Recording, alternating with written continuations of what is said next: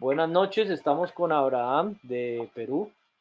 Hoy tenemos una reunión para empezar a sentar las bases de lo que va a ser la coalición hispanoamericana de líderes ambientales, sociales, políticos y espirituales.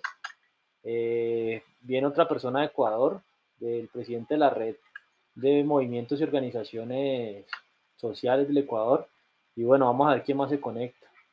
En este caso estábamos hablando que es importante hacer una coalición con la finalidad de tener fuerza y poder de negociación frente al Estado y frente a organizaciones internacionales. Entonces, en la primera reunión que habíamos hablado con el presidente de la red de organizaciones y movimientos sociales del Ecuador, habíamos planteado que era muy importante para tener, por ejemplo, una silla en la ONU y en el Foro Económico Mundial. Yo también le propuse que era importante. Entonces, también estamos creando unos grupos al respecto.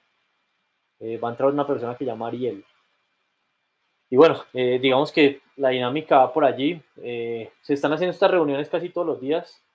Buenas noches, Ariel, ¿cómo has estado? Hola, ¿qué tal? ¿Cómo estás? ¿De qué Bien, grupo ¿cómo nos...? estás, Andrés? Abraham, ¿cómo vas? Gusto saludarte. Bien, bien. Gusto de verte, Ariel. A ver, ¿quién empieza, por favor, como Ya- anfitrión para poder empezar? Y Sí, si faltan más personas o empezamos los tres, no sé. Bueno, yo doy la palabra, pues no, mi estimado Andrés y Abraham. Un gusto de saludarlos, compañeros, hermanos de diferentes países. Para mí es un placer directamente. Soy Ariel Bailón, presidente de la Red de Organizaciones Sociales del Ecuador. Ecuador Democrático es una organización que aglutina diferentes organizaciones en Ecuador. Y bueno, hemos estado luchando, fortaleciendo cada gremio, médicos, doctores, indígenas, shuar, afrodescendientes y diferentes gremios.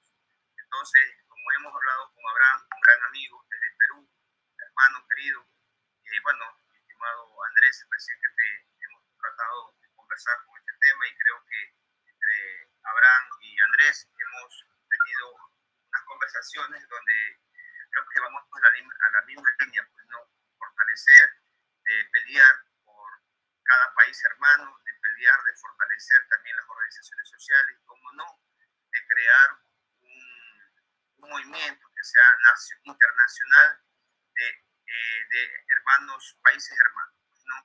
Entonces, como hemos conversado con Abraham, esa es la idea, pues, ¿no? De fortalecer cada país, diferentes organizaciones, pero ya que salgan de las bases, porque tanto ustedes como yo y como otros compañeros son parte de bases sociales, pues no, ya no como los grandes políticos que solamente crean organizaciones mundiales, internacionales, pero para ellos su propio bienestar, pues no. Entonces, esa es la idea, mi estimado amigo Andrés y Abraham, que surgió, por ejemplo, esa idea, y bueno, cómo no, con Abraham que hemos hablado sobre ese tema, y la idea es fortalecer, ¿no? Con otros compañeros y que esto siga por el bien de las naciones, por el bien de cada hermano que esté en diferentes partes del mundo, ¿no? bueno, Buenas noches, compañero.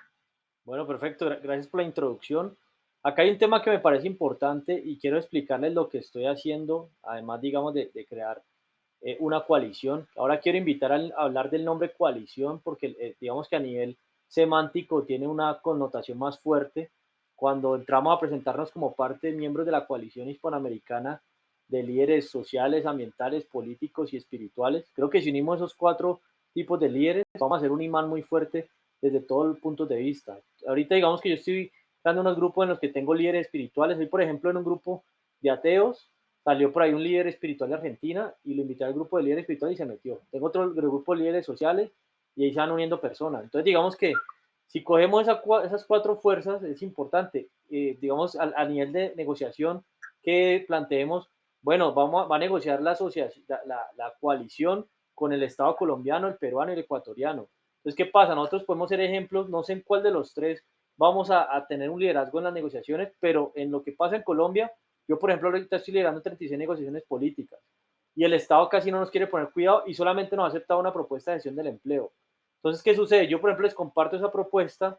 En Perú puede que ustedes tengan en Ecuador un movimiento más organizado y se puede presionar directamente. Entonces, lo que hacen en Ecuador o Perú, que ya está más organizado, ayuda a cohesionar en otros países. Acá también hay otro tema importante y es que dentro de una de las ONGs que yo vengo construyendo desde hace 12 años, planteamos que en las sociedades debe haber un cuarto poder, se llama regular tres cuartos. Entonces lo que planteamos es que las sociedades van a seguir regulares y no entra un cuarto poder. ¿En qué consiste el cuarto poder? En que se trabaje en las sociedades con métodos científicos antirreduccionistas, la frontera de la ciencia y la tecnología y la modelación matemática y computacional. Esto más o menos es lograr que la parte académica y todos los que estudian la frontera del conocimiento ayuden a tomar decisiones sociales. Esto puede implicar reformas constitucionales. Entonces también aquí veníamos hablando que hay otro grupo, porque hay unas personas de Ecuador que quieren empezar a promover reformas constitucionales. Yo estoy en un grupo de Perú, no he participado aún, pero hay 7 grupos que consisten en cambios constitucionales, o sea, reformas constitucionales, y yo veo que en Perú hay una mayor intención de promover reformas constitucionales. Entonces, ¿qué pasa? Venimos planteando las ideas de cómo hacer una constitución, y yo creo que esos cambios en realidad son casi que escalables en cualquier país del planeta.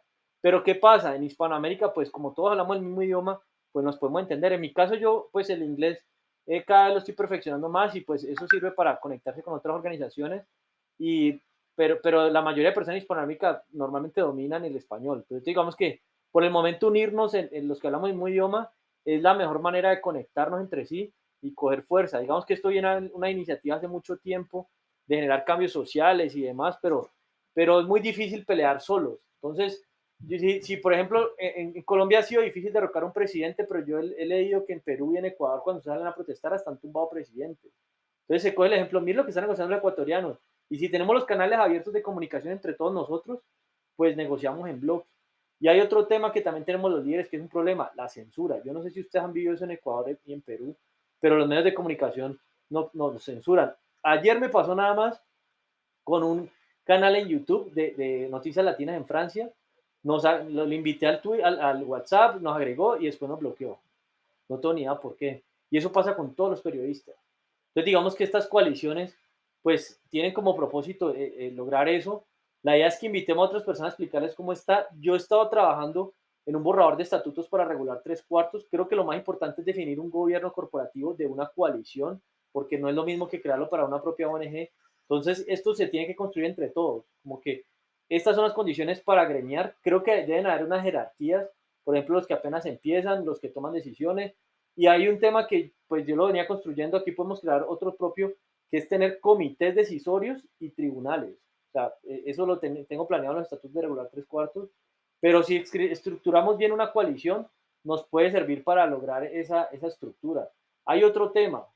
Yo pienso que aquí buscar, por ejemplo, ser presidente de la coalición y todo eso, deben haber cargos menos jerárquicos y que sean más dinámicos. Es decir, por ejemplo, vamos a tomar nuestra decisión, unimos un comité. Entonces, el gobierno corporativo es, venga, necesitamos convocar este grupo de personas para que intervengamos en esto. Entonces, ¿qué pasa?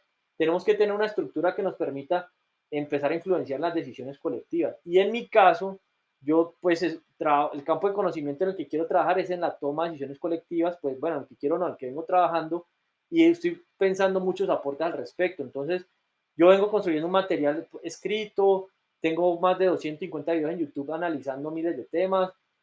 Acá también creo que hay un tema importante y es hacer una sinergia entre organizadores de protestas. Yo ya lo intenté este año con los que organizan las protestas, pero yo no sé, ahí también hay como unos intereses encontrados y tenemos que buscar personas que queramos cambios reales para hacer protestas. A mí hasta ellos me decían que lo estaba suplantando en WhatsApp. Bueno, ahí se inventaron un chisme. Entonces, digamos que eh, ese tema de tener capacidad de movilizar personas es clave también, porque si no ponen cuidado a los políticos, pues tengamos la capacidad de movilizar personas. No sé qué tengan ustedes construido en un tejido organizacional. En el caso de Colombia, la verdad, esto aquí es como una mafia.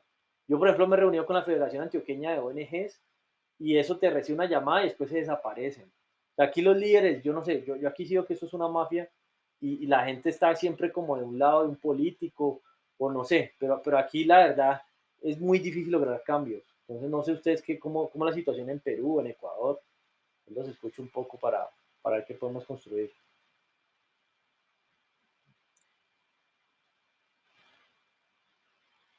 Eh, Abraham,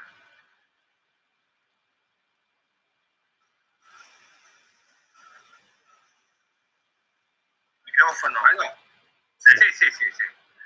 Sí, sí, coincidimos, es cuestión de afinar algunos puntos, coincidimos la mayoría de la exposición que acaba de hacer el compañero Andrés. La situación acá en Perú parte, por ejemplo, tenemos acá los gobiernos pasados, ¿no? Lo voy a tratar de explicar en 5 minutos, si es posible. De los gobiernos pasados han pasado varios gobiernos y siempre la derecha, la gran empresa, los intereses nacionales utilizan a los gremios siempre, quienes sacan las leyes, por ejemplo, ¿no? Como vamos para el agricultor. Para el agricultor, ¿ustedes creen que aquí en Perú el agricultor saca sus propias leyes, está en el Congreso para poder ser beneficiado por sus propias leyes? No. Es la gran empresa exportadora, es la que saca la ley de sus beneficios. Entonces, cada día el agricultor cada día más pobre, pero los exportadores cada día más ricos. Como ejemplo, lo que tenemos que nosotros tenemos la idea, los objetivos, los fines y todo. Pero tenemos nosotros la pregunta del mío.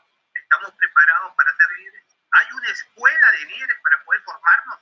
Para poder saber cómo funcionan los ministerios, cómo funciona el gobierno, cómo funcionan los diferentes programas sociales y empresariales si existen para mi gremio o no. Y si realmente, ¿quién lo fiscaliza? Entonces, mi punto de vista es hacer una escuela de líderes para todos, preparar a nuestra gente, para poder nosotros así poder reclamar con justa razón y justicia ante como un tribunal de fiscalización a cualquier gobierno, sea chileno, peruano y colombiano. Entonces, si nuestra gente está preparada, podemos nosotros prevalecer, como muy bien lo acaba de decir el compañero Andrés y también Ariel en su momento que hemos conversado. Nosotros como coalición, como alianza, el nombre no hay problema, ya lo está haciendo en exposición Andrés, ¿no? Ya tomamos la decisión y ponemos el nombre que sea respectivo. Entonces, nosotros ya no estaríamos, el líder social, empresarial, agrario, lo que fuere, del Perú, un ejemplo, ya estaríamos en ligas mayores con esta coalición.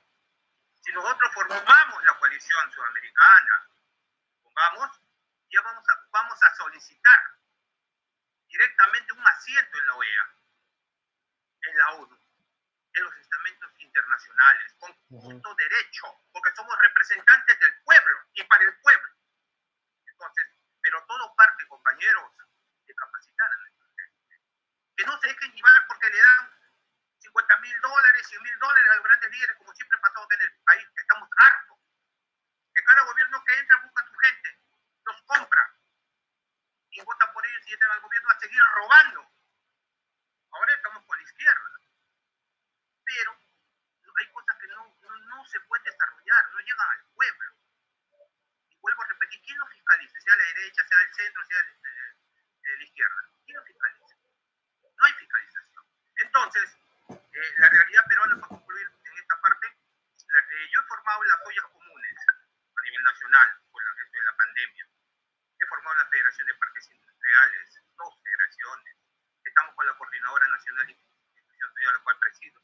También estamos cruzando información con Ariel, estamos con las comunidades nativas, comunidades campesinas. O sea, ya tenemos más o menos experiencia cada uno en su campo y sabemos su realidad.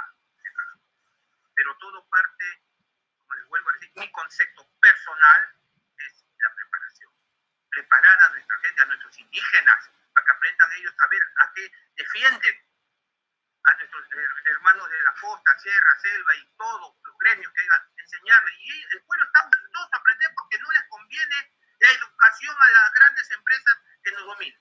Porque si tú al ser humano le das conocimiento, ya no lo vas a hacer cambiar y eso va a servir para las futuras generaciones. Van a poder pedir soluciones con justicia social. Entonces, concluyo diciendo que debe haber una escuela de líderes. Tengo la palabra, compañero. Claro, sí, mi estimado Abraham, yo comparto contigo, comparto tu opinión y creo que tenemos que formarnos como líderes, que somos líderes y tenemos que capacitar para llegar con criterios formados directamente a una Asamblea Nacional y defender los derechos de cada organización.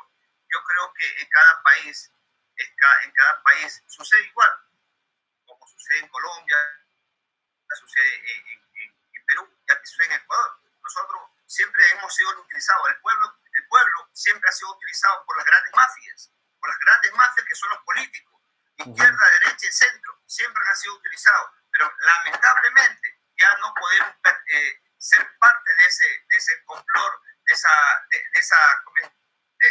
esta mafia que siempre los utiliza directamente al pueblo, de diferentes países. Yo creo que aquí en Ecuador, creo que pasa también como Perú y Colombia, que lo utilizan, mientras cuando están en el poder no pasa nada para el campesino, para el afro, para el descendiente, el shuar, indígena.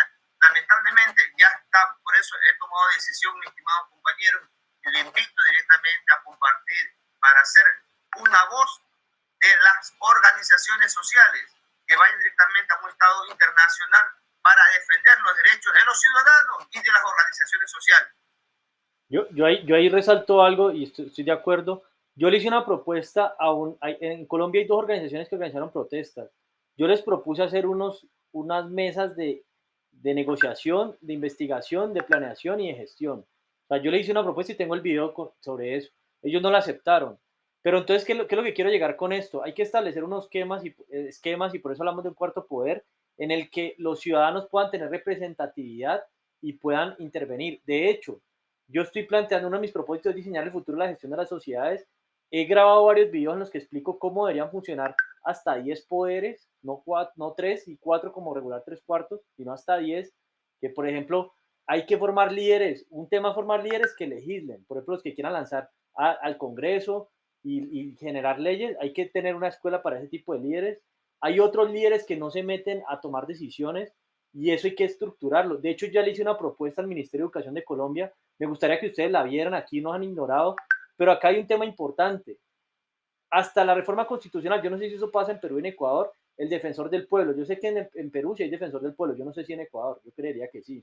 Pero eso no lo debería escoger el congresista, eso lo deberían escoger popularmente. Para mí el defensor del pueblo es más importante que el presidente, porque el defensor del pueblo, por ejemplo, con los que nos está pasando ahorita, debería estar velando porque defiendan nuestros derechos humanos y constitucionales con la negociación que estoy haciendo, y no pasa así. ¿Por qué? Andrés, te interrumpo, discúlpame. Sí. El defensor del pueblo es designado por parte del gobierno. Es por el Congreso. Ven los derechos directamente por el gobierno, no por el pueblo, no por el pueblo. Eso es un cambio en una reforma constitucional, por ejemplo, eso lo tenemos que cambiar. Yo tengo los videos grabados de eso porque debe ser así. Ahora, también hay que escoger popularmente el contralor y procurador. Yo no sé si así se llame también en Perú y en Ecuador, que son los que revisan corrupción. Claro, sí, igual. Entonces, digamos que eso creo que funciona igual y eso nada más son reformas constitucionales que funcionan en ambos. También tenemos que legislar la comunicación engañosa a la política, es decir, alguien que se lance al Poder Ejecutivo tiene que tener un plan de gobierno cuantificado y estamos proponiendo un simulador de recursos sociales y estatales para eso. Entonces, ¿qué pasa? Nos tenemos que alborotar todos, porque eso no es ni izquierda ni derecha y ahora les digo yo, ¿qué estoy haciendo? Uno de mis propósitos es acabar la mafia de los políticos, los banqueros y ahora recientemente con la censura de los medios de comunicación tradicionales y los periodistas. ¿Por qué? Porque son medios de desinformación. Y hay unos marcos que hay que establecer sobre eso, pero si logramos todos montar unos referendos y unas reformas constitucionales, pues nos tenemos que embarracar todos. En Perú yo donde veo que hay más grupos de personas intentando hacer eso. En Colombia hay mucha gente haciendo ruido, pero por ejemplo aquí lo que está pasando es que como ya lo que llaman izquierda cogió el poder, los que estaban del otro lado pues se están alborotando, pero ellos no quieren cambiar, nada más quieren quitarle el poder y se inventan hasta cosas que no son.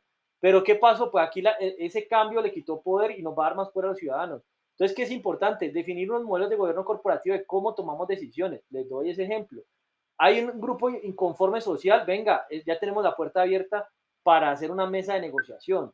Entonces hay un vocero, no sé, con los campesinos, y escogemos a los campesinos. Ahora, la Defensoría del Pueblo, yo también pienso que debería funcionar de otra manera.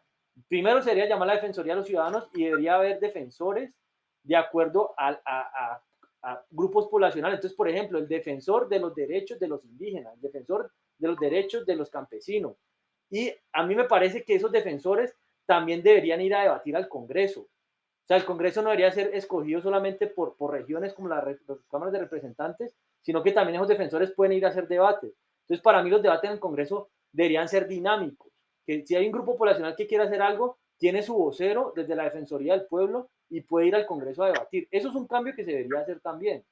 Y creo que es una manera más ordenada. Por eso, pues he estado planteando como todos estos cambios de reforma constitucional y cómo debería funcionar una sociedad, porque nosotros estamos trabajando con un modelo de los tres poderes que lleva no sé cuántos años, pero eso se puede cambiar. Entonces, digamos que la invitación es, venga, pensemos que cómo puede funcionar una sociedad y exijamos eso. Por ejemplo, en Colombia, para hacer una iniciativa popular necesitamos el 5% del censo electoral. Yo no sé eso en Ecuador y en Perú como sea, pero a mí me parece que eso no debería ser así. ¿Por qué? Porque recoger firmas para un cambio eso requiere por lo menos, según cálculos, como $500,000.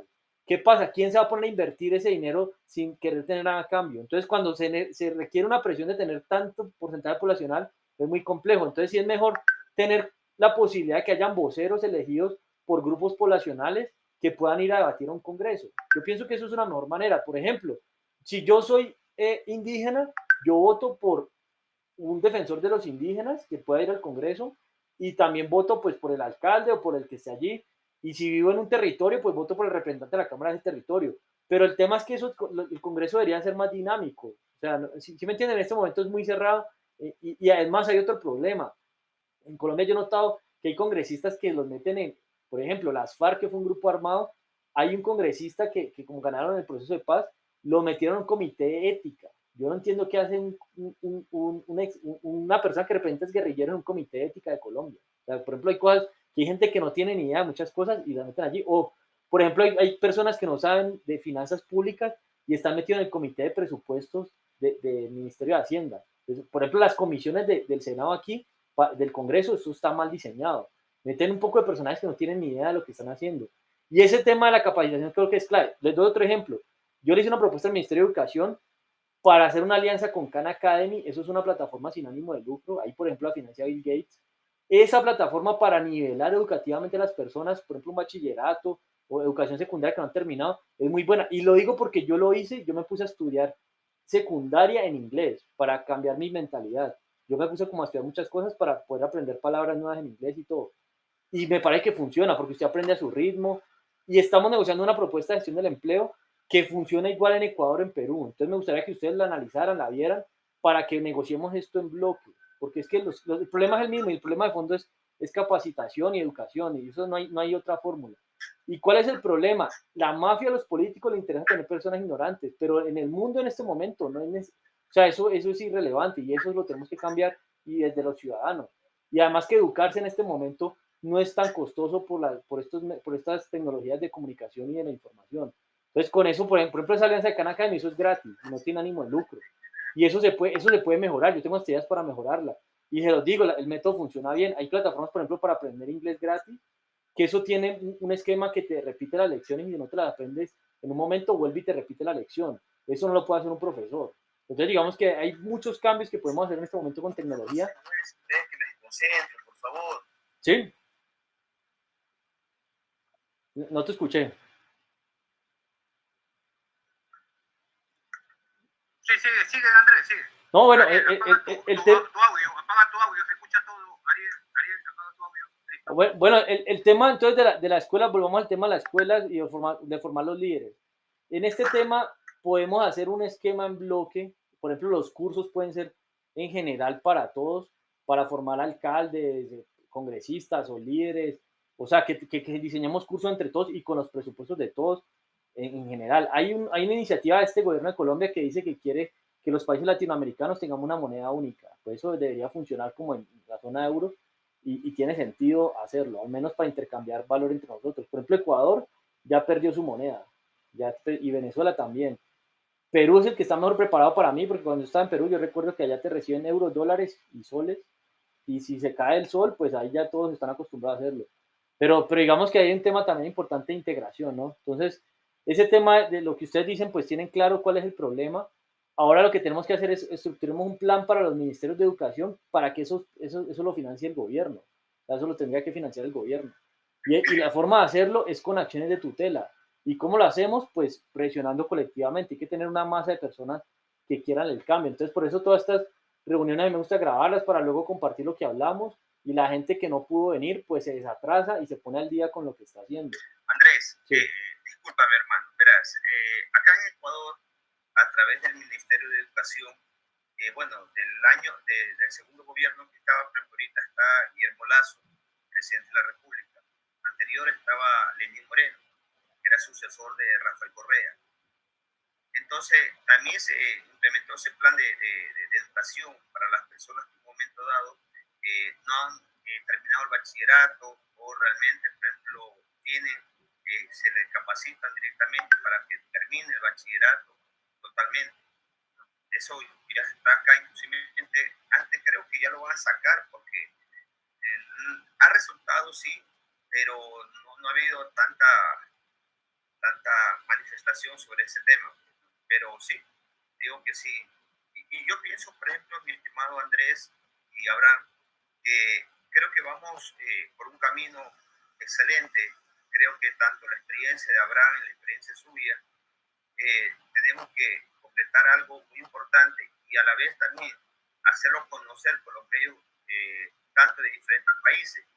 Pensaré, por ejemplo, que también entre aquí y mañana se reúnen más países, más colegas, más gente, por ejemplo, de que tiene el mismo pensamiento de nosotros, de socializar y de apoyar a la ciudadanía. Es importante lo que usted habla, de que capacitar a los líderes como usuarios, indígenas, personas que tengan esa capacidad y para que lleguen, por ejemplo, a un senado, a una presidencia, a una alcaldía, a una prefectura. Esa es la idea, que salgan de las bases mismas, ya no del pueblo, ya no directamente de los políticos de camisetas blancas, toda esa cuestión, sus corruptos. Ya no, yo pienso, por ejemplo, que hay que darle la oportunidad a las personas con discapacidades. Esta semana estuve, por ejemplo, en un congreso con personas con discapacidades, gente que realmente era muy valiosa, pero por la capacidad, por la discapacidad, no le dan no le dan esa oportunidad para que en un momento dado pueda ser un candidato, un alcalde, cosas así por el. Yo pienso, por ejemplo, que en una línea vamos siguiendo lo que se van incrementando, se van estando en este proyecto. Y bueno, y hacer, por ejemplo, tal vez una reunión acá en Ecuador con diferentes nacionalidades. Como le estaba comentando, yo tengo parte de las organizaciones, tengo cholos, negros, montubi, indígenas, gremios, donde podemos hacer una hermandad de diferentes países que traigan su delegación de diferentes nacionalidades, pues, ¿no? Ahí, Ariel, yo creo que es clave. Si me permiten, sí, dale, sí, claro, qué pena. Si me permite, por favor, compañero, efectivamente, tomando el punto que tocó Andrés, ¿no? Me voy a puntualizar el tema. ¿Por qué la capacitación? Acá en Perú, cualquiera es político, cualquiera, ¿ya? O sea, vienen a ser congresistas, vienen a ser presidentes o alcaldes o cualquier cargo. Porque hicieron la campaña, le acompañó su amigo, entra alcalde y lo llama como asesor. Y de momento que es el alcalde, ni siquiera sabe cómo funciona la alcaldía. No sabe qué convenios hace con los diferentes ministerios. O sea, no sabe nada, pero sí saben robar. Vamos a hacer un proyecto y cuánto me va a quedar. Eso sí sabe. Y creo que eso se replica en todos los países. Eso se replica así, hermano. Sí, eso es en toda parte. Tenemos nosotros claro ese tema, ¿no? Entonces, si se replica en todo, para cambiar el Perú, Sudamérica y el mundo, necesitamos penas drásticas. ¿A qué me refiero? Si ese alcalde va a robar 100 millones y tiene 50 años, que ponerle 100 años de cárcel, porque no va a poder disfrutar de esos 100 millones. Con 100 años, imagínate que se va a morir a esto. Tiene que pensarlo 2 veces. Entonces, si hay penas drásticas, van a tener que pensarlo todos los días políticos bajo el pensamiento de robar al pueblo. Ahora, lo otro, la pena de muerte, ¿quiénes lo pusieron? Eso lo dejo con cuando ustedes vayan a investigar. ¿Quiénes lo pusieron? ¿Quién implantó los derechos humanos? Pacto de San José. ¿Ustedes creen que fue una persona del pueblo? Fueron ellos mismos para poder salvarse y no morir. Porque se llevan 100 millones, 500 millones, arreglan con 50 millones de dólares o el valor que sea y pagan a jueces, fiscales y saltan a los 5 años. Entonces, ¿pero cuánto se consiguen de tanto dinero de robo y cuánto daño hacen al país? Por eso nacen los derechos humanos, no pueden matarlos. Pero ¿qué sucede?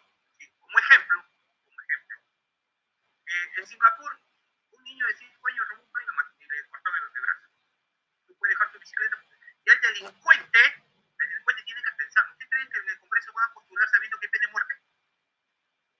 Gente que va a ir a robar nada más, van a tener que esperar 2, 3, 4 veces antes de postular. Claro que me estoy yendo yo a los extremos. Me estoy yendo a los extremos, lo admito. Sino que les quiero dejar el que entre a robar con unas sanciones drásticas, lo cual lo funciona en otros países, lo tiene que pensar como especie de Singapur. Ahora, por otro lado, como nosotros todavía estamos en el tema de conformarnos en la alianza, ya que sean sanciones de 100 años. Sanciones que no de muerte, no, 100 años, pero que sean cárceles trabajadas, de trabajo. No sean celdas doradas como hay acá en el Perú. Acá se van presos, tienen una celda dorada personal para ellos. Y eso no puede ser. Por otro lado, pasando a las sanciones drásticas, tenemos también la certificación gubernamental. Todo funcionario que postule a un cargo público tiene que tener una certificación gubernamental. ¿A qué le llamo la certificación gubernamental? Tiene que saber por lo menos cómo funcionan todos los ministerios, cuántos programas sociales, cuántos programas empresariales, cómo funciona la alcaldía, cómo funciona el Congreso, etc, etc, etc. Y no tan solo el candidato, todos en general. Porque el primer día que ganan la elección, el alcalde con su asesor ya sabe, como este va a ser funcionario, ya sabe, tiene su certificación gubernamental. Esa alcaldía va a andar bien. Más de la mano con las sanciones drásticas, sea 100 años de cárcel, creo que el Perú y todos los países van a cambiar. Entonces, por ahí va el tema de la certificación, el segundo punto, gubernamental. Tercer punto, también tenemos acá que entran a los cargos, acá en Perú, entran a los cargos, pueden tener magíster, doctorado, los candidatos, pero ¿cómo están psicológicamente? Violadores, drogadictos, alcohólicos, y esos son los que nos representan. Entonces también hay que pedir, solicitar que los que postulen tienen que tener una certificación psicológica, ¿no? Antecedentes penales, porque ellos son los que nos van a gobernar. Ellos son los que van a salir a nivel internacional a poder representar. Entonces, si sumamos todo esto, los funcionarios no se están pidiendo mucho. Se está pidiendo lo que debe ser el pueblo porque nos van a representar al pueblo. El examen psicológico sabemos que no va a ser un loco, un enfermo. Hasta el presidente puede ser un loco, puede mandar a matar. Entonces, con una certificación se va a comprobar que no es una certificación de antecedentes penales. Tenemos las sanciones 50, 100 años porque no puedan ellos disfrutar del robo que tienen, ¿no? Y la capacitación. Entonces, teniendo todo eso, no, el pueblo es el que lo va, sea por el Tribunal de Fiscalización Gubernamental, o por la organización que estamos formando, vamos a hacer la propuesta. Ahora, concluyo con este último tema. Todos tenemos ministerio de trabajo, por ejemplo, ¿no? En todos los países. Hay ministerio de trabajo también en ustedes, me supongo. ¿Correcto? Andrés, también hay en tu país claro. ministerio de trabajo. Sí, es lo mismo. Entonces, listo. Entonces, si tenemos lo mismo, ¿quiénes son los que imponen? ¿Quiénes crean que tienen que cada país tiene que tener un ministerio de trabajo? Entre gobiernos se sientan, hacen su reunión, su asamblea y deciden debe haber un ministerio de ambiente. Algo novedoso, lo cual muchos años no ha habido. Pues se creó el ministerio de ambiente. También me supongo que en su país, ¿es cierto? Ambiente, ministerio de ambiente. Entonces, aquí se llama si Ambiente y Desarrollo Sostenible. Incluyeron ya, eso. pero tiene el nombre de ministerio de ambiente, lo principal. Entonces, si ellos son los gobernantes bancos y en su asamblea crean ellos los ministerios, ¿y dónde están las crean los ministerios? Vienen acá a su país que es Perú y no lo ejecutan. No llega a lo más necesitado, no llega al agricultor, pero sí llega mediante el Congreso a las grandes empresas. Nosotros, como organización, podemos proponer como pueblo, sociedad civil, podemos proponer la regulación y la inclusión organizado de la organización que estamos teniendo, ser fiscalizadores. Está bien que hagan su ministerio, que hagan todo lo que quieran, pero que nos incluyan como fiscalizadores al pueblo. Pero mediante la organización hay que presionar, unidos todos, a la OEA y a todos los estamentos internacionales que estamos organizados y solicitamos la inclusión. En caso que no quieran, haremos pues una marcha sudamericana, hacer sentir de que nos incluya como fiscales, porque nosotros somos los afectados. Nosotros, para eso están ellos, para que puedan gobernar, pero para que llegue al pueblo realmente. Porque tú no eres de su partido, no llega. Te pone de espalda. ¿Dónde está la inclusión social? Entonces, eso es lo que quería decirles. Esa es mi posición hasta Bueno, yo quiero intervenir lo que plantea de la capacitación, es el tema que me parece muy interesante. Eso hay que estructurarlo. De hecho, eso lo debería hacer el Ministerio de Educación. Deben haber unos cursos, se tienen que pasar como una especie de universidad para poder aspirar a un cargo público. Y otro tema que es importante, que eso se puede unir con un proyecto de ley sobre las comunicaciones engañosas. Un candidato tiene que presentar un proyecto cuantificado, no puede prometer y tiene que haber lo que dice de la ciudadanía, que se puedan poner denuncias como cuando, por ejemplo, una empresa de alimentos genera una comunicación que dice que algo es saludable y no lo es, que lo sancionan y lo hacen retractarse y cambiar. Lo mismo puede pasar con un político. Si un político, cualquier persona llega y dice, venga, lo que usted dice es falso, usted tiene que, se denuncia, tiene que retractarse y tiene que hacer algo. Y si sucede mucho, pues se va destituyendo. Acá hay un tema clave que hay que entender lo siguiente. El problema es que los tomadores de decisiones sociales, que son los más importantes, estamos en manos de unas personas muy ignorantes o muy corruptas, ¿cierto? Y esas personas son tan importantes que las tenemos que, si legislan el problema de la comunicación engañosa en las empresas privadas, ¿por qué no con estas personas que toman las decisiones de todos? Entonces, digamos que eso hay que considerarlo muy bien porque para poderse lanzar hay que estar preparado y uno tiene que hacer un proyecto cuantificado. Eso pasó, por ejemplo, ganó Petro en Colombia por esa razón. Yo me metí en la campaña, me iban a pagar, me aceptaron la propuesta el 7 de abril. Yo la envié el 7 de abril, me la aceptaron. Yo esperé a que me la aceptaran y cuando me la aceptaron le mandé 106 preguntas al plan de gobierno para promover ese programa. ¿Qué pasó? Yo me traté de lanzar al Senado y por esa propuesta no me quisieron apoyar ningún partido político de los que tenían en el momento, pues porque les daña todo el negocio a los políticos. Entonces hay que entender que eso es un negocio. Y también la forma de financiar campaña, hay que cambiarlo. O sea, una persona que porque me invierte un montón de dinero en las campañas y las personas tienen, yo por ejemplo proponía algo, si usted le pagan por comprar un voto, la persona puede aceptar ese dinero, pero si llega a denunciar porque grabó y demás, hay que darles, por ejemplo, el doble de lo que le dieron porque hay personas con mucha necesidad y denunciar a toda esa corrupción. Hay que permitir como algún hecho de corrupción, pero digamos al sapo, como le dicen en Colombia, no sé si allá también, hay que darle una protección para que pueda aventar los actos de corrupción. Es decir, el tema de la corrupción, yo estoy muy confiado en que se pueda resolver con tecnología, sobre todo con inteligencia artificial. Esta semana, la semana pasada tuvimos una reunión con un experto alemán en ese tema, el video está grabado. Había una persona de Ecuador que también está interesada, Manuel Hernández, que fue el primero que promovió en Hispanoamérica este tema.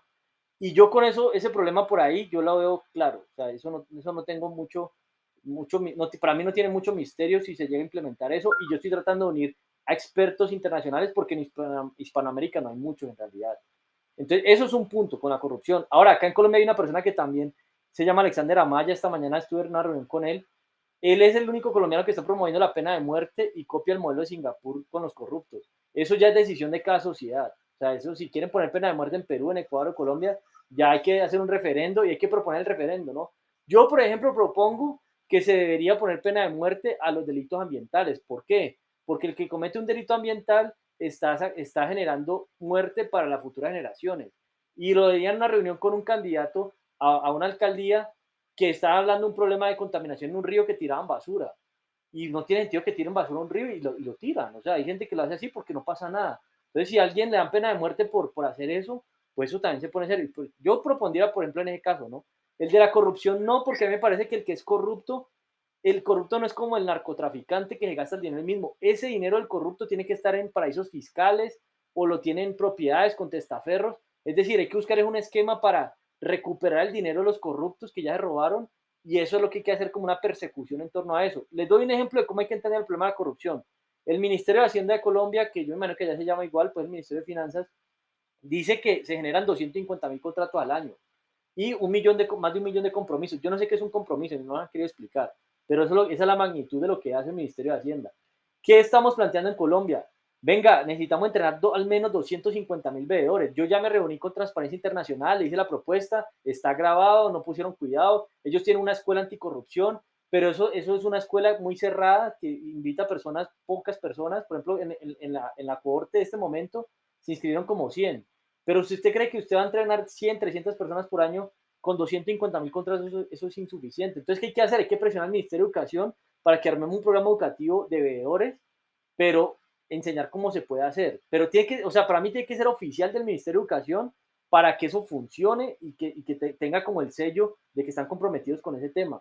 Y esa corrupción con veedores y inteligencia artificial, ese problema para mí se puede resolver. O sea, para mí es un problema la corrupción en este momento. No es un problema ni científicamente complejo ni tecnológicamente complejo, se puede abordar. Si lo o sea, hacemos solo con humanos, es difícil, pero con máquinas lo hacemos. Ahora, lo que sí tenemos que hacer es tener la capacidad de convocar personas para que nos movilicemos.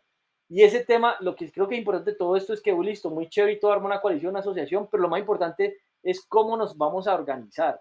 Y ahí es donde está como el secreto de la salsa. Entonces, si llega una persona, yo por ejemplo, cuando les comparto los borradores de los estatutos de regular tres cuartos, tengo planeado crear una red social para activistas y dar un ejemplo. Hay colectivos que son supervisados, otros autogestionados y otros coordinados. ¿Por qué? Porque hay personas que quieren decir, no, yo quiero trabajar por mi cuenta, pero se tienen parametrizadas sus perfiles poblacionales. Entonces, todo depende de esa, digamos, de esa estructura. Pero yo creo que en este tema de buscar la voz de los que no tienen voz, por ejemplo, indígenas, afros y cualquier grupo poblacional, LGBT y todo esto, yo creo que eso tiene que ser un arte dentro del mundo de la Defensoría del Pueblo. Es decir, hay que escoger esas personas, pero que vayan a la Defensoría del Pueblo a apelar por sus intereses y hay que establecer un mecanismo para que puedan debatir en el Congreso. Yo proponía en Colombia que cambiemos los métodos para debatir en el Congreso, porque es que eso es rígido. Usted escoge un representante de la Cámara y un senador, y si ese no le pone cuidado, eso queda ahí enquistado. ¿Qué pasa? Por ejemplo, si yo quiero defender algo de mi territorio, de mi región, le pido al representante de la Cámara que vaya y hable por mí, o bueno, que hable por nosotros, un grupo social. Pero si yo en algún momento quiero que me represente un grupo poblacional, por dar un ejemplo, el defensor del pueblo, de los científicos, o los que fuimos víctimas de las FARC, por ejemplo, esa persona yo la puedo buscar para que defienda eso por nosotros. Y yo creo que esa estructura es más organizada para que los ciudadanos tengamos más poder. Por eso es el tema del cuarto poder. Entonces ahí es donde invito que hay que pensar que hay que hacer unas reformas constitucionales y unos referendos para organizar todo lo que colectivamente se quiera hacer. Si por ejemplo las personas están muy enojadas con los robos, la corrupción, pues si deciden un referendo con una pena de muerte, pues pena de muerte. Y ese es un tema que, por ejemplo, en este caso en Colombia, pues sí hay una serie de marchas y protestas, pero empezaron a hacerlas sin pliego de peticiones. ¿Y qué pasa? Eso tiene que tener un canal como que necesitamos una reunión con el ministro de Trabajo o la ministra de Trabajo, en este caso de Colombia. Y en la protesta ese es el tema concreto y estos son los puntos y tiene que tener un canal abierto para poder hacer eso. Entonces, no sé, hay que pensarse es en cómo nos organizamos. Yo por eso los invitaba a que organicemos asociaciones hispanoamericanas y unamos a todos los que hablamos español, no solamente Sudamérica, hablamos el mismo idioma, eso nos conecta. Y cuando alguien levanta la mano en España o en Argentina o en México, y hablando de todos los puntos, pues nos sirve para conectarnos entre nosotros como que, mire, nos ocurrió esto en México y cogemos y venga, esto por qué no ponemos en Perú, esto por qué no ponemos en Ecuador. Pero eso nos da más fuerza para que armemos una verdadera revolución. Y el asunto es que yo siento que en este momento tener ciudadanos ignorantes no funciona, o sea, no es tan viable, o sea, no, ya no es buen negocio como antes. Ahora sí tiene sentido que haya una sociedad de conocimiento y pues para mí hay que hacer una reforma educativa fuerte y eso con tecnología se puede hacer. Entonces, pues no sé, ahí el tema es que necesitamos conectar a varios líderes para que podamos ser escuchados. O sea, es el asunto, porque los políticos no lo van a hacer. Y hay que acabar con la mafia de los políticos. En general, ese es el tema. No sé qué más opinan ustedes. Creo que pues hasta ahí puedo opinar sobre lo que hablamos ahora. Bueno, gracias, mi estimado Andrés. Bueno, tu intervención. Yo creo que tenemos que seguir por ese mismo camino. Pero además de todo eso, pues no, o sea, todo el mundo, cada país tiene un problema. Por decir lo que estaba diciendo Abraham, que tenemos que capacitarlos, porque hay mucha gente, lamentablemente, de que entra para concejal, prefecto, alcalde, lamentablemente no sabe, lo que sabe, sí sabe lo que van a hacer, es a robar, nada más, a robar. Pero no saben, por ejemplo, cómo tener la necesidad para ese cantón, para esa ciudad. O sea, no lo saben, no tienen un plan de trabajo. O sea, no saben lo que van a hacer. Hay un poco de analfabeto. Inclusive el propio presidente del Ecuador es una persona que no tiene conocimiento por ser banquero, porque tiene dinero, tiene todo esto. Solamente eso, nada más. Pero no tiene una capacitación durante todo su tiempo de que ha sido, por ejemplo, profesional. No lo es. Y así mismo han pasado por muchos periodos. Hay ministros, lamentablemente, que no tienen conocimiento para nada. No saben, por ejemplo, cómo, ni sabe, por ejemplo, cuánto cuesta un pan. no sabe nada. Pero ustedes como ciudadanos, líderes de diferentes organizaciones, sí lo saben porque lo ven el día a día. Tú me preguntas a mí cuánto cuesta un litro de leche, un huevo, porque somos ciudadanos, somos parte de esta gente de aquí. Entonces, nosotros sí sabemos. Y nosotros, como dice Abraham, tenemos que capacitar día a día para formar a nuestros compañeros líderes para que ellos vayan a representar al pueblo, porque ese es el pueblo ecuatoriano, es el pueblo de cada nación. Entonces, aquí hay muchos problemas, el tema de la salud, educación, ambiental. El tema de la salud, hay mucha gente que no tiene ni para una pastilla. Date cuenta. Y yo creo que pasa en otro lado. El tema ambiental. La semana pasada, por ejemplo, estuve con un poco de compañeros de afrodescendientes, que ellos cultivan el coco. Y lo de que le dan, por ejemplo, la solución, no, te vamos a otro, no, esa no es la solución. La tierra está contaminada. Entonces, ¿qué tienen que hacer? Tratar de buscar, por ejemplo, para que se pueda solucionar, por ejemplo, las tierras, porque eso es el sustento de cada persona. Son 1.200 familias. Son 1.200 familias, por ejemplo, que están padeciendo, por ejemplo, de que la parte fundamental, que es el trabajo diario de ellos, se está desperdiendo, se está muriendo. Entonces, hay que trabajar en el tema ambiental, el tema de trabajo, el tema de educación también. Yo creo que todos estos problemas pasan en cada país y tenemos que buscar la solución. Por eso he comentado, por ejemplo, con ustedes, para formar parte y que podamos trabajar en y buscando leyes, soluciones para ya tratar de ver un organismo internacional, porque ya siendo un organismo internacional podemos tener voz y voto. Eso es clave. Yo pienso en algo, por ejemplo, no sé si ustedes han usado change.org, que es una plataforma de peticiones. O sea, para mí hay que estructurar un sistema de información que permita conectar líderes y que esté diseñado para, o sea, para que, dar un ejemplo, conectemos por objetivos y problemas concretos que queramos resolver. Y yo he estado planteando en las redes sociales que se cambie la manera en la que se conecta la humanidad. Eso es un punto clave para poder que, por ejemplo, todos nosotros que pues, nos conocimos espontáneamente en grupos de WhatsApp y demás, pudiésemos estar mejor conectados. Por dar un ejemplo, nosotros tenemos unos objetivos en común, entonces los compartimos. Eso es una red social que quiero construir. Y después más personas se dicen, yo estoy interesado en 10 de los 50 objetivos que tenemos nosotros tres, por ejemplo, por trabajar. Y eso nos permite unir más personas sobre los mismos objetivos. Porque en este momento, por ejemplo, hablando de objetivos, están los objetivos de desarrollo sostenibles, pero eso es muy cualitativo. Y por dar un ejemplo, hay una persona en Inglaterra que se llama Michael Green. Él trató de cuantificar esos objetivos de desarrollo sostenible y creó el índice de progreso social. Y pues digamos que eso trató de aterrizar ese tema concretamente. Esto que hablan de la capacitación es clave. Aquí, por ejemplo, hablan del progresismo y todo eso. Y yo he venido planteando dentro de las negociaciones, venga, hablemos del índice de progreso social, no de progresismo. Eso es carreta, eso es ambiguo, eso no es claro. Y todo este tema de capacitar a las personas para trabajar como líderes sociales, bueno, líderes sociales no, como tomadores de decisiones sociales, que al final, para mí esa es la perspectiva que hay que plantear. En Ecuador le pueden llamar de un nombre, en Perú en otro, pero al final son personas que toman las decisiones sociales por nosotros. Hay que hacer una escuela y sí hay que tener un certificado. Yo creo que esa es una muy buena propuesta y sobre eso tenemos que trabajar muy duro. O sea, no la hemos logrado fortalecer, pero hay que hacerlo. Yo les doy un ejemplo, yo he hablado con asesores de campañas políticas y, por ejemplo, a la mayoría de ellos no les importa un lado del otro, o sea, no tienen postura y posición frente a los temas políticos. Saben enseñar cómo persuadir personas, hacer programación neurolingüística, y ese es el arte de la política, tener oratoria y dominar y manipular. Pero en este tema hay que tener como consultores de campañas políticas que piensen son en los planes de gobierno, o sea, no en la campaña, en la comunicación. Ahí tengo un grupo que lo hice como pensando en programación neurolingüística para candidatos y candidatos, un grupo para usar WhatsApp en las campañas políticas. ¿Por qué? Porque ese es el canal más económico para hacer campaña. Aquí dan volantes, están en la calle, pero mucha gente usa WhatsApp. Dar un ejemplo que es una herramienta importante. Pero hay muchos cambios que hay que pensar. Digamos que en esta reunión me gustaría que las empezáramos a hacer ordenadas. Bueno, vamos a hablar del tema de la capacitación, entonces nos enfocamos en ese tema, empezamos a grabar sobre ese tema, luego invitamos a más personas y vamos viendo quiénes más se van uniendo sobre ese tema y así se ya ha estructurado ese proceso y por eso hasta me parece que tenemos que armar un grupo sobre ese tema nada más. Y ahí vamos uniendo personas. Y así se van a dar cuenta que empiezan a conectar y a conectar hasta que esto coge mucha fuerza. Y bueno, esa Andrés y sí. Abraham, disculpa, ¿por qué no comenzamos? Es la verdad lo que tú dices, ¿no? Pero que nosotros los tres que somos los iniciativos, pues, ¿no? De iniciar este proyecto proyecto. Comencemos, por ejemplo, por el nombre y en este caso para hacer ya una especie de publicidad, una especie, por ejemplo, que congregue, por ejemplo, más personas de diferentes partes, ¿no? Para ya comenzar a hacer una... Yo te invito, Ariel, y te voy a decir por qué, qué pena te interrumpo. Yo he creado más de 40 marcas.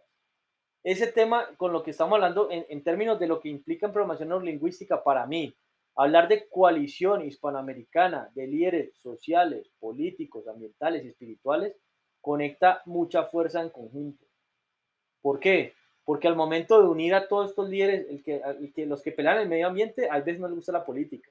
Los que son políticos, hay unos que son sociales, pero no les meten en política. Entonces tenemos esa clasificación de toda la fuerza de líderes en esas 4 categorías y de ahí se pueden salir ramas.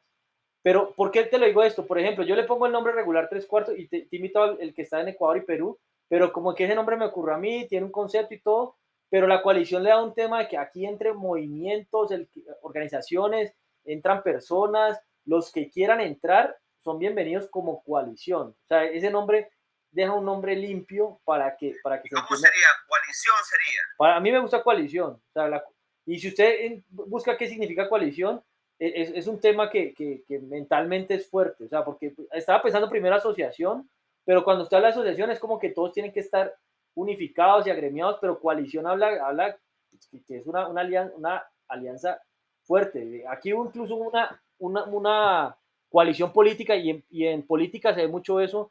Las coaliciones se dan entre partidos políticos. Entonces, digamos que la connotación política de una coalición es fuerte. Y ahora el tema Hispanoamérica es porque abre, no solamente, porque es que yo te lo decía, si hablas de Sudamérica, excluimos Centro y España, que pues incluye Hispanoamérica. Aquí no incluimos a Brasil, pues porque a veces hablar con los brasileños es difícil y pues yo ya he estado uniendo esto, pero por el momento como lo que podemos hacer en Hispanoamérica es unirnos entre los que hablamos español y pensar en eso. Lógicamente se pueden hacer otras coaliciones.